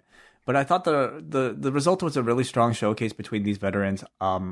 Like all of Christian's AEW appearances, I think what stands out about his performances is his intelligence in pacing, his ability to really kind of maximize crowd reactions out of everything he's able to do. And like, I couldn't really hear what Matt Hardy was doing during commercial, of course, but man, when they came back, this crowd was even harder than they were before. So whatever he was doing to like rile this crowd up was evidently very effective. So it was a good match and a worthy addition to the show. And a congratulations to Matt Hardy and his wife Rebby. They just had their 4th child. 4 kids. You can 2 tag teams now. Man, he's created. Right? He's got a stable. He's got future members. He's got the legit Hardy family office. Yes, there you go. Out came Private Party, Angelico, and they circle the ring around Christian, but Luchasaurus and Jungle Boy run out to clear the ring, and Luchasaurus lifts up Cage on his shoulders. So, potential 6-man, I guess, coming out of this. They need some sort of a dinosaur gimmick for Christian, I think. Well, his, what was it, his uncle? One of his ancestors is a dinosaur. Yeah, right. Then we had the Miro video. There was once a man who was rich, who had a hot wife that could do the splits. The man was hot too, but he was lost. He was lost because he wasn't being himself. He walked out of his house to look into the void to search for what's next. And then the voice came and said that the man should forgive himself and remember who he was. When you have a title, you have a problem. He was not a selfish man, and he forgave every man he destroyed, and thus he is God's favorite champion, and this is my award. I am the Redeemer. Cool promo. Cool video. This was like a children's book. Yeah. They recolored the belt. Do you notice? I didn't notice that. The TNT title is now on a white strap with green instead of red. Oh, okay. I thought it looked awesome. And I hope they kind of keep this gimmick up. If you win the TNT title, you get to pick your own colors. Maybe they should make it like, okay, and then you can put out a replica for every new champion. Well, that too. But this is the game in pro wrestling, folks. New title belts on a consistent basis. Of course, yeah. Like maybe it should be something that you earn. Like, okay, if you defend the belt 5 times, you could change the strap color. If you defend it 10 times, you can add a little bit of color into the actual metal itself. Shivani brought out Britt Baker. She has no fear of Nyla, despite the table break a few weeks ago. I'm still the baddest bitch on the block. Nyla has beaten her in the past, and she's high up the food chain, but I'm off the menu. I'm a special order. I love that line. Awesome. And then she went on to talk about the Chiking sandwich. If she did, I wouldn't have been mad, honestly, because like this promo was so good. Her delivery was so good. She goes on. She knows Vicky's watching. You have a last name that will forever keep you relevant in pro wrestling. But Nyla, not so much. She needs this title to be significant in AEW. I'm the hottest thing in pro wrestling, even without this title. Because even without it, I'm still Dr. Britt Baker. And dude, she doesn't even have to continue. The whole crowd chants DMD. And we got a brief rebuttal from Vicky and Nyla in the back, where Vicky said her days as champion are numbered. And Nyla says that Baker's been handed everything. Next week she'll be handed an ass whooping. And it's just the nature of the beast. Really, really good segments from both of them. But, I mean, Baker in particular, I just thought, man, her presence and confidence right now are next level. In a short amount of time, she was able to deliver, like, very memorable lines. She probably couldn't have used... She was only given 2 minutes here, like maybe a minute and a half, and I don't think she could have used them better. So, it might have been my favorite promo on the show. I really enjoyed the balance on this show between the wrestling and the promos, and it never got to me. Like, there's some weeks where I just feel it's my head spinning from all of the different segments, and I'm sure there were a lot if you tally them up, but I found by the end of the show, I could remember all of the key stuff if I did not have to rely on notes. And I thought there were some exceptional promos on this show. Yeah, agreed. Including Jon Moxley, who says, you don't beat Lance Archer, you survive him. And Archer has never been stopped, and therefore he's going to keep coming after me until he ends my career. I'm the Hunter, and I'm the only boogeyman in AEW or New Japan. He says Texas Death 2 is on. And Lance, you might be Texas born and Texas bred. Next week, you'll be Texas dead. Maybe I'm a bit of a masochist way, but I loved the promos that revolved around, I'm going to kill you. There were several of them tonight. Well, as long as you know they're not being literal about it, then no, yes. This is adding an edge to this violence that is going to occur. Absolutely, yeah. I like the threat of violence. I like the threat of even extreme violence, but no, we don't want anyone to perish. No, but yeah, just the threat. Sammy Guevara versus Wheeler Yuta. Dude, Sammy Guevara came out and just felt like the biggest star on this show. My God, this crowd went insane for him, and this guy just exuded so much charisma. He took his time with everything. He made this crowd just eat up everything he was going to do. He only did a fraction of like his usual output, but he got like 10 times the reaction for everything he did. They showed some highlights of Yuta on recent episodes of Dark, and he came out with Orange Cassidy and Chuck Taylor, while they also showed the Blade and the Bunny in the crowd. Guevara went for the moonsault off the top, landed on his feet, went for another landing on his feet, and then hit a standing shooting star press. And then came off the top of the shooting star press, landing on the knees of Yuta. And Yuta comes back, German suplex, hit a big splash off the top, only gets a 1 count, and Guevara makes his comeback with a double springboard cutter and the GTH. Sammy wins in 3 minutes and 48 seconds. I thought this was just, man, Sammy getting to come out, getting to show his most incredible stuff, and maybe, like you said, just a fraction of it. He's been a fantastic heel, but now as a babyface, I feel like the shackles are off. He could just go out there and do as much pretty-looking, high-flying, incredible athleticism as he can. I thought the match really managed to, like, again, continue to carry off that momentum coming off the MJF match, coming off the Stadium Stampede even for a guy like Sammy. So, you know, it's like he's up there right now. Like, I mean, it really is incredible because right now, brewing in this kind of like second tier of guys just bubbling underneath the main event surface. Again, we mentioned like Sammy, MJF. I think is already kind of there. Paige and Darby, Jungle Boy. Yeah, Darby, absolutely. Jungle Boy, you know. I would say Britt Baker if you want to maybe kind of throw her in the mix. But it's almost a sort of separate division. And maybe I think it's the women's division that kind of needs, you know, those names that are kind of bubbling just as hot. But yeah, like they're doing a great job with Sammy right now. Yeah. And to me, it's been such a natural transition from the cocky, annoying Sammy Guevara into like this version. Like he comes out, he's still got the demeanor. He's still cocky. Yeah. Except we like him now. Exactly. So we want him now to be he's cocky. our cocky asshole. That's how the crowd feels about him. And it's just been a seamless transition without him going like Randy Orton in 2004, where all of a sudden he's all smiles after being this prick for years. Totally. Absolutely. You know, like I would say everybody in the inner circle throughout their transition to becoming babyfaces has retained that edge. Shivani, this was one that just did not land for me. He's with QT Marshall, Aaron Solo, and Nick Comoroto. We don't even get a point to this promo other than QT's annoyed with Tony, so they pour like their drink all over his head. Yeah, I know. Poor Tony. I had to probably shower and, man, rough. And a waste of a shake, you know. I don't know exactly what it is now with this factory.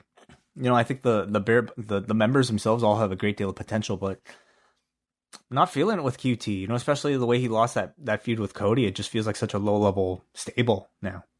Like in theory, someone should stand up for Tony in the coming weeks, but I don't know. Just on its own here, this just was throwaway. Who? Britt Baker? Britt Baker taking on QT? Yeah, You could do that. I mean, the Brit is Tony's best friend.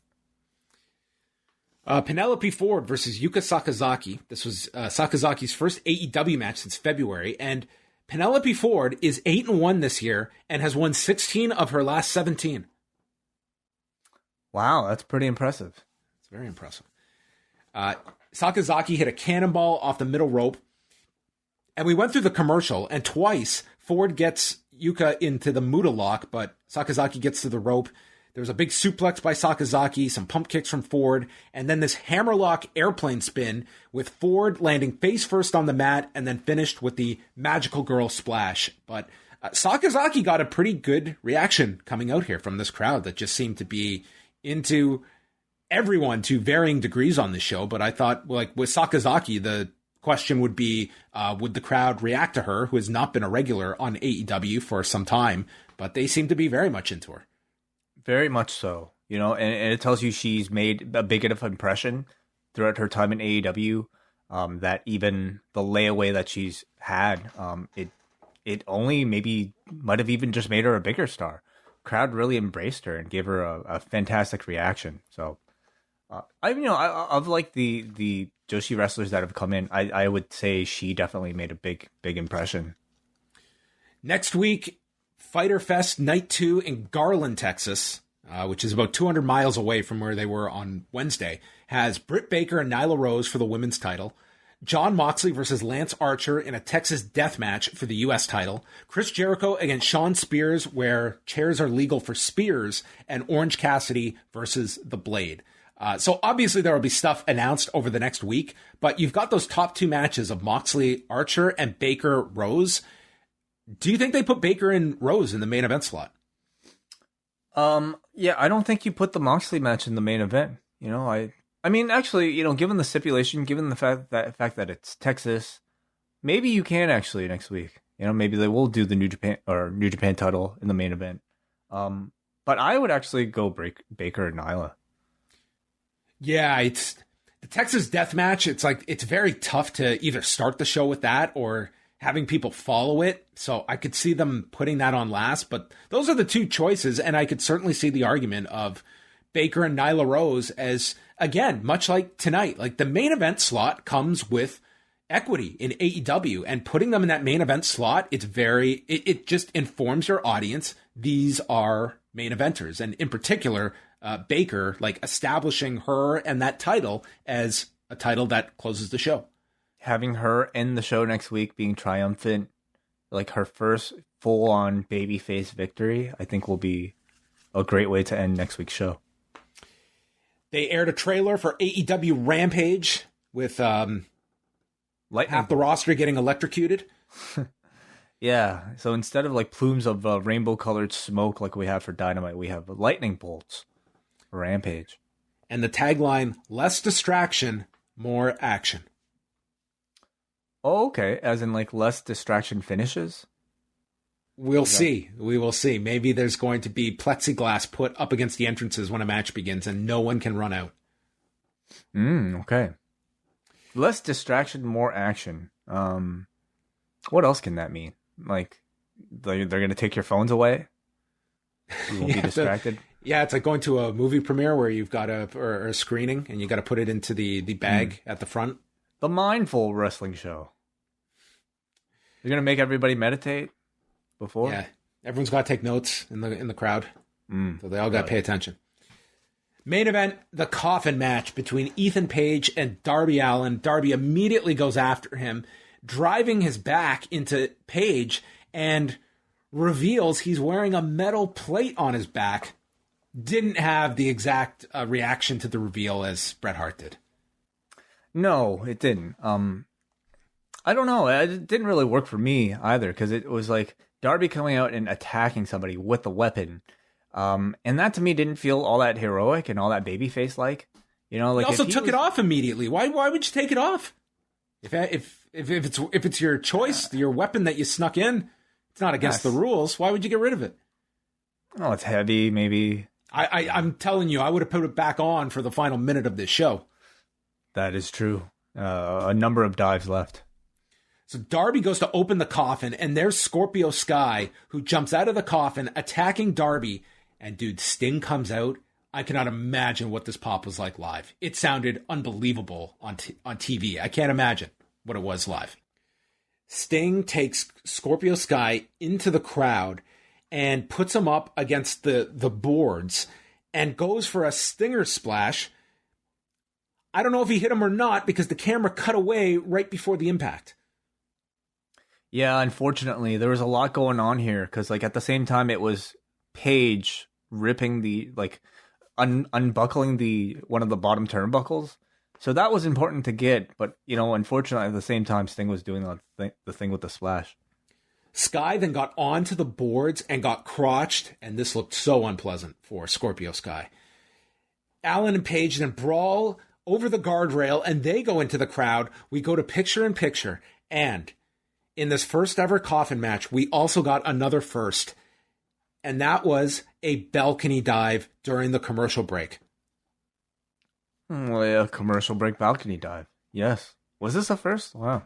Well, during a picture-in-picture. I will say this, to their credit, they did replay it when they came back from break, but this would certainly be up there about the spots you want to make sure you're back from break before you are ascending off a balcony. But Paige caught him in midair as he was coming down and drilled him into the railing before they made their way back to the ring. And the top rope has been taken down, so Paige has the hook. He puts the hook around Darby's chain, around his neck, and then rips this thing off. Yeah. I loved it. It was great. Oh my God. Of all the things on this show, I don't care if they gimmick this chain so that it would easily come off. I would be like, no, there's just the chance of this really, really being crappy for me. Would you rather have that or have the thing in your mouth? Oh, God, that's a tough one because after this, Darby takes control of the hook and, dude, uses the hook to fish hook Ethan in the mouth. That was pretty gross, too. I'd be worried for the dude's teeth. Yeah, there's probably that, too. One bad move. You're talking about, basically a giant baseball bat inside your mouth, There was a lot of unsanitary elements to this. He drop kicked the steps, sending Ethan into the coffin. But then Paige gets out. He's also cut on the forehead here. And in the ring, Allen flips over with a stunner, goes for a coffin drop, but is stopped by Ethan, who then launches Darby with the ego's edge off the turnbuckle, dropping him onto the steps, back first. That looked fun. They go onto the apron.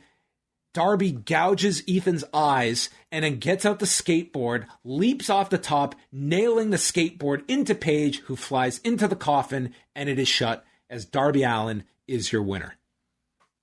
They were doing a whole lot with very little time left in the broadcast, 5 minutes in, they had just done I think it was the ego's edge spot or something like that. So, this was a lot packed into this main event, and I thought it was really great. Very entertaining. I think it delivered at the level of spectacle and violence that you were expecting from a stipulation match like this. Something tells me that there's more left in this feud for these two, and that they might hit another level in another match that these guys will have. So I definitely think there's more to the program. I thought this was a really strong main event. Again, Darby is just such a popular figure whenever he's put into these roles. This was a great elevation of Ethan Page, who, it's amazing. This guy's come so far from the Transact Club, where I first saw him. Oh, yes. But I will say this. I was slightly concerned about this match, that they were just going to go to such an extreme that it's a given with Darby, and Ethan is in such a huge spotlight. Literally, this is probably the biggest match he has ever been a part of.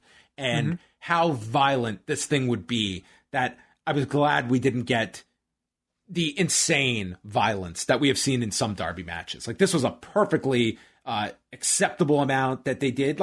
Don't get me wrong, they did dangerous stuff in this, but it didn't, to me, get out of control that I thought this match kind of lent itself towards. By their standards, yeah. Like, probably not the craziest match that these two have had, but yeah, like, I do not want to see like a power bomb to Darby in a body bag to the floor. No, you'll get that in the rematch. Well, that's what I'm worried about. But then as I say all that, the show ends with Ethan Page inside the wooden coffin, and Darby climbs to the top turnbuckle and launches himself with a coffin drop through the coffin. That was insane. Like, that was absolutely insane. That really negated everything I just said over the last 2 minutes. The craziest spot of the match took place after the match. It also, like, you could see Ethan was certainly positioned, like, at the far side of the coffin, but still, like, there's no preparing for that in any kind of safe manner. You are literally just hoping for the best for both of them. You know, it really was a spectacular way of ending this show. So that's probably one that'll make the highlight in the opening video. Man, what beautiful, like, imagery, you know? Somebody coffin dropping into a coffin. Between that spot and the Guevara dive into the crowd with the camera right in front, I mean, they have some incredible promo material for AEW programming. Just some lightning bolts. Just recently. Some lightning bolts, yes. I'm curious what AEW, how they treat the loser of a coffin match, because in Lucha Underground, that was the writing off of a character. Now, obviously, that's not going to happen here, but does Ethan Page disappear? Does he come back with a zombie, like some demonic version of Ethan Page? Or he comes back as the Kung Fu guy? I don't think we're going to get Karate Man coming to AEW. But that was AEW. What a spectacular show. 10 plus for this crowd. I can just go up and down, like Jon Moxley, Ricky Starks, Sammy Guevara, Darby Allin, Sting, Hangman Page. I mean, these people got unbelievable reactions. All of them. Like, they all felt like these giant stars on this show. Like, dude, Christian, Yuka Sakazaki, like, this crowd. Did you say Malachi Black? Malachi Black, comma Tommy End, comma Tom Budgeon. Yeah. Everybody, dude. Everybody who came across as a star. Britt Baker. Like, you just watched this 2 hours, and my God, if you were a new viewer, you would be leaving thinking, this is the hottest company in the world. That's what you would feel like. It was an unbelievable endorsement of this product by this crowd in Cedar Park, Texas tonight. I mean, in terms of, you know, at least in-ring product, yeah, absolutely they are. Like, it was is that a lie? I mean, it was just, to me, it was having that atmosphere. It adds so much. It's like you're running to buy a ticket in your market to be part of these crowds. Like, it just feels like a party at these shows that are conveyed. Totally. Absolutely.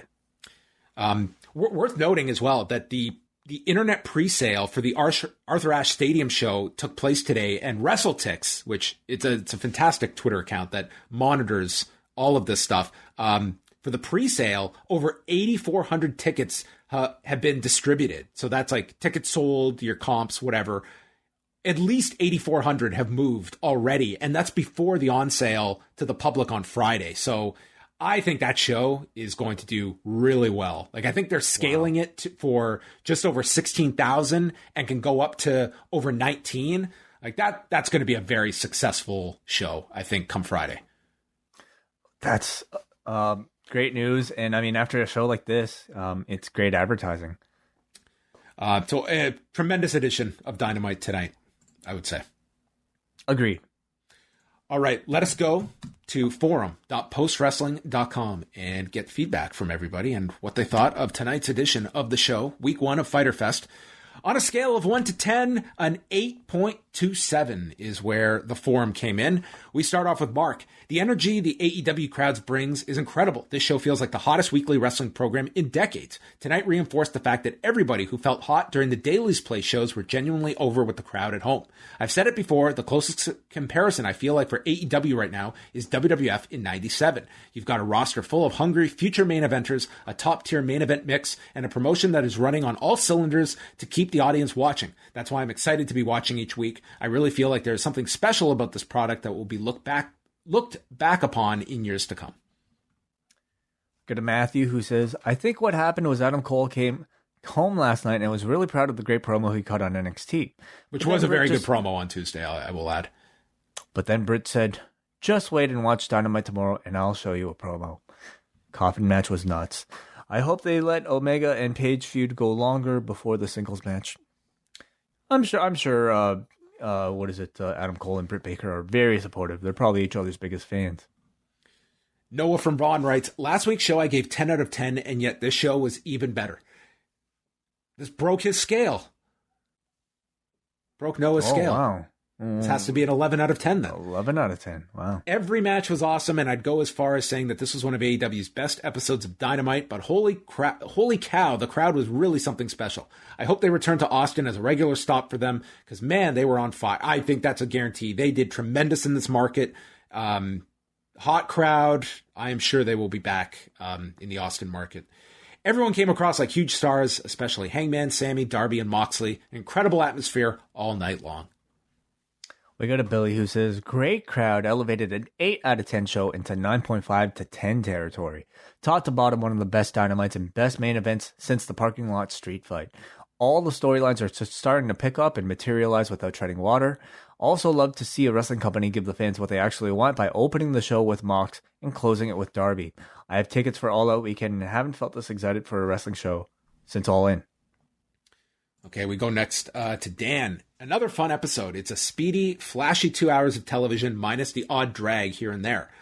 I absolutely love King Douche villain Kenny Omega. He brings an energy reminiscent of Bill Paxton's asshole car salesman character in True Lies. I can't get enough of it. In a world where so many wrestling heels want to come across like a Batman villain from the Nolan trilogy or Todd Phillips' Joker, Omega's happy to be a Batman villain from the 60s TV show. Consider me entertained. Now that we're 3 years in with the Fyter Fest brand, I want to know if you, John and Wei, think the event needs a rebrand in 2022, or should AEW keep the name forever? I don't know how urgent they are to rebrand what is essentially now a special TV episode. You know, if it was I would actually maybe say that wouldn't hurt for like a Revolution or like, you know, what's the other one? Full Gear. Like, I never liked those names for pay-per-views. One I think is incredibly generic. The other is like a one-off joke from like Pac not like being in his underwear. I don't love those names, but whatever. They're established now. I would say maybe change up the look, but Fyter Fest, like really, I think at this point, Fyter Fest and Fight for the Fallen, these are just shows that I think are, you know, have a level of establishment of branding attached to them that will just help you be able to promote a bigger edition of Dynamite. So I don't think they're in an urgent, you know, like they're probably thankful that they have something like that. You know, in the future, you could probably turn this into one of the TNT specials. So I don't think they'll change the name anytime soon. But if you mean like a change of set and logo, I think that'll always help. Yeah, I don't give too much thought to the names. I mean, outside of like Great Balls of Fire, I don't really think a name is going to be any kind of detriment. I think that's not what people are buying shows or tuning into shows for. But there is, over time, I think there is an argument to a consistency with names that you establish something, and as opposed to just renaming things left and right. I think if they've gone with Fyter Fest this long, that they're going to maintain that name. But I don't put too much thought into the names. We kind of forget, but like they named it Fyter Fest as a shoot off of Fyter Fest? What was that documentary? Yeah, the Fyre Fest. Fyre Fest, yeah. Fyre Fest, yeah. So I mean, by the time like we get to Fyter Fest 5, I mean, I've already forgotten that documentary. So, but it's like the name now has like it's its own outlet to the wrestling fan. They're not even thinking of Fyre Fest when they hear that name. It's another AEW event. So I don't think it's like a tongue-in-cheek thing. It's kind of silly. I mean, it's just kind of silly because, you know, like it's like calling something, I don't know, what was a big event from like 10 years ago? How about last year calling something referring to the Tiger King? Sure. Yeah. Okay. Fighter King. You know, it's they're not great names, I have to say, but at this point it doesn't matter. You know. doesn't matter all that much. Let's go to Shannon from Austin, who says, I was there live with friends and the atmosphere was so electric. I'm still here as of this writing for Dark Elevation. Dark was taped first. The match of the night was the coffin match. Pop of the night, everybody got a great reaction, but Darby, Mox, Jungle Boy on Elevation, and Britt Baker were near the top. But Hangman and Dark Order was incredible. My favorite segment was definitely Page and Omega. If you heard Jesus chants, it was because Wrestling Jesus was in the crowd again. Yes, he was spotted. All right. Great long-term dramatic storytelling, and it is memorable. 9 out of 10 show. Oh, that's cool to hear a live perspective from Texas. Next one here. Man, what a show, and that crowd. Take a bow. It had everything you want in a wrestling show. New Japan Strong Style. Hometown boy winning at home. Fantastic promos. Solid wrestling. And an ego's edge I never want to see again. 10 hot wives doing the splits out of 10. You know, that's the counter argument. 20? Yeah, you're right. 5? It would be. That would another broken scale.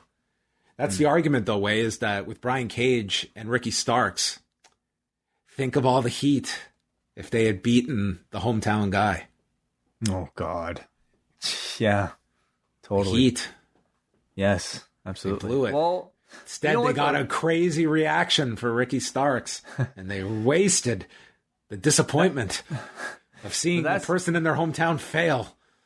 Well, that said, though, next week it's Lance Archer taking on Jon Moxley in Texas. I mean, I think there stands a good chance that he'll lose. Maybe not. We'll see. Maybe not. All right, we got a Muggin who says, a hot crowd is the salt you need in a great recipe. It can make the difference between a decent wrestling show to a damn good wrestling show, and that was what Night 1 of Fyter Fest was in Cedar Park. Moxley versus Anderson set the tone, and Hangman versus Elite segment made the building feel like it was shaking. Ricky Starks got over big time, and the Page Allen coffin match was chaos. It was a strong show with very little filler that flew by. That's the name they should give it, you know? Especially if you're going to do Night 1 and Night 2. AEW Salt and AEW Pepper. So Fyter Fest does not sound that bad when the alternatives are brought out. Okay, MJ. Once upon a time, I stood up for a bunch of badly introduced characters. I said they'd be worthy of rivaling a top faction in AEW. You know, props to MJ, who has never allowed anyone to forget the point he made at the lowest point of Dynamite, which caused Tony Khan to change all of his ideas going into the new year. MJ is as proud about supporting the Dark Order back then as WH will be about calling out whatever happens in Loki that we'll talk about tomorrow. Some wanted them banished from the company. Not worth continuing to build them. I'm so proud to have joined the Dark Order upon arrival in 2019 from the perspective of a fan who did buy in when the haters hated. Oh my gosh, MJ, come on. And the Brody era. And now this Elite story being where it is. And Dark Order. Hold on dude, a second. You cannot at all MJ, compare. I want you to call in on Friday to talk about this. But Dark Order was a completely different thing back then. They changed course. They changed the group.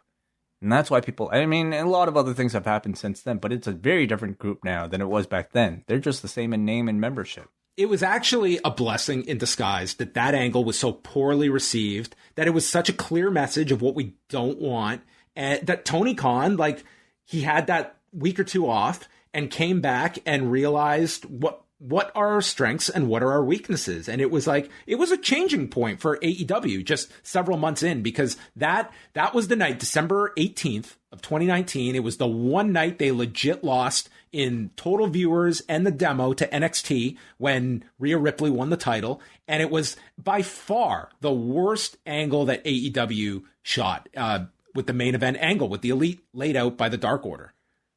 And the Dark Order, credit to them, they completely reinvented themselves the next year, but it was by being a completely different act than the one that ended 2019. And being the Elite. Yes. He goes on to say, Britt Baker is the new top woman in wrestling. The forbidden door at this level of openness is lovely, and there's no wrestling show on TV that comes close to this level of satisfying time invested week after week. I was there last week in Miami. I recommend everyone go if it's in your area. See you in New York. Finally, we got a Click who says, overall, I thought this was a really good show. It's crazy how much the crowd makes a difference. The bad. I know I'm in the minority, but I'm just not a fan of Moxley. I find it very hard to get into his matches. He has a great promo, though. And why are we watching Hardy versus Christian in 2021? I had zero desire to see that. I thought the match was good. Yeah. I mean, you can argue that, yeah, maybe not that much anticipation going into it, but I think like having variety on a show is good. And what we got to see was like a really solid, good match between two veterans. He says the good. I'm super excited to see Black in AEW. While Cody wouldn't be my first choice, I'm sure these two will have a great match, and I loved everything about it tonight. Hangman Page's money. Love that he is catching fire again. Really enjoyed Darby versus Page. They have something special in Darby, and I look forward to seeing where they go with him. Of the young core four in MJF, Darby, Jungle Boy, and Sammy, who do you guys see developing into the biggest star for AEW? I mean, to me, like MJF is there, I think, at this point, and I feel that really you can extend this group as well. Like, I think there's others that you could put in the mix there, but I look at all four that they're all going to be like pillars of this company if all four stay healthy. They're certainly young enough that you're going to get years and years out of those four that I don't know if it's like necessarily one over the other, but I certainly see Sammy Guevara having, I think where it's different is that everyone saw Sammy Guevara being a top heel, but he will get that heel run at some point, but it's as a babyface that I think is going to be his immediate path. It will be really interesting to see where they develop. I mean, I feel like in 10 years' time, we'll be talking about very different characters than what we are talking about today. But the raw talent is absolutely there. I'm really interested to see how Jungle Boy evolves beyond the Jungle Boy character. When he starts becoming that kind of like solo breakout top star, what is he going to look like? What is he going to sound like? Again, the raw material is completely there. Same with Darby Allin. I think Darby Allin is like, man, already there. Or at least very close to that level. Like, they just have to give him that sort of build that they're giving right now to Hangman Page. The crowd is already ready for it. My biggest question is whether or not how long he can maintain the style that he's doing every single week. That's it's the most concerning one that like this is a guy that you just hope that once he is at this level, does his body hold up, because this guy is just punishing himself. I'll also add that it sounds ridiculous today, but there's no doubt in my mind that there will come the time and the angle and the right heel that will allow for MJF to get that babyface run one day. Oh, no doubt. Absolutely. I mean, I hope the character never changes from what he is right now. But if he wants to have the crowd cheer for him, like, he could do that like immediately. Yeah, like they have established like enough layers there that you can go a lot of places. And I mean, you ride what's working now, and that's him in this role. But I think there's certainly a babyface run to be had whenever you have that tremendous heel that at the end, like deep down the crowd, to finally this guy's on our side. Like that's just natural for any hot heel that you're in no rush to do, but will be an option one day when the right circumstances are there. Mm-hmm. All right. Well, thanks everybody for the feedback. It's going to bring an end to the show. Man, this has been a lengthy one. A lot to talk about. You know what? A lot of feedback for these shows. So, AEW is just like getting right back to it on a Wednesday. How do you think the ratings will be for this one? They did pretty well last week, and tonight they were going against the NBA Finals, so they did have that factor to tonight's show, at least going against the second hour. But we'll see. I mean, if you put stock in being in front of fans being a factor, you couldn't have asked for a better atmosphere. That if you were tuning in at 8:00, I mean, this was a show that I think grabbed people. Like, this was a very like the kind of show that even if you were planning to just tune in for a little bit, I would think you would be sticking around, because this was a very fun show. It was like a party for 2 hours. It was just a very fun show that moved quick, and just the lack of crowd, man, they gave you the best crowd tonight. Beyond the overall rating, I mean, the ratings pattern, I think, will be just as important to see how Darby and some of these other guys do, with a great start with Moxley and then the rest. Yeah, man. They did miss the one opportunity tonight that had the Young Bucks been on in the second hour, we could have compared the Young Bucks going against the Milwaukee Bucks. Oh, I'm sure that's happened. I'm sure it has at some point. But now it's the Milwaukee Bucks are in a prestigious role. Who are they playing? Phoenix. Okay. All right. So we're back. The Bucks versus Penta and Phoenix. Oh, wow. Book it. It's too late. They're not going to go against them again. And they blew it. Tonight was their golden opportunity. Gone. Oh, okay. All right. We are back. Well, Way's back on Thursday night, 10 Eastern, a live edition of MCU Later with W.H. Park and Nate Milton, who will be on. Way and I were guests on the farewell for a couple of months for Marcus Vanderberg, who lost a loser leaves town match that will not be honored, at least for a few more months, because then he'll be returning. But a big Marcus Vanderberg appreciation show. So we stopped by for that. If you want to check out the Kings of Sport, always a fun listen. It was just fun to hang out and John talking about The Wire with two people who actually have watched the show. Perhaps maybe more discussion between the three of you. Maybe that's going to be on Way's watch list.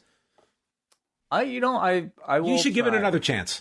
Yeah. I watched the first episode, wasn't too into it, but everybody says you kind of have to stick with it a bit longer than that. So maybe I will. Okay. And then Friday night, we've got Rewind to SmackDown live at 10:15 Eastern for all patrons. SmackDown's got Edge and the Mysterios against Roman Reigns and the Usos.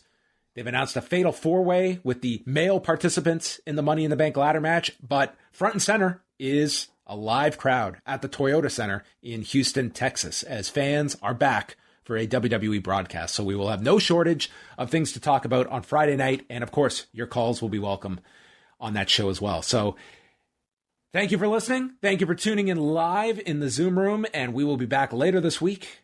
Goodbye.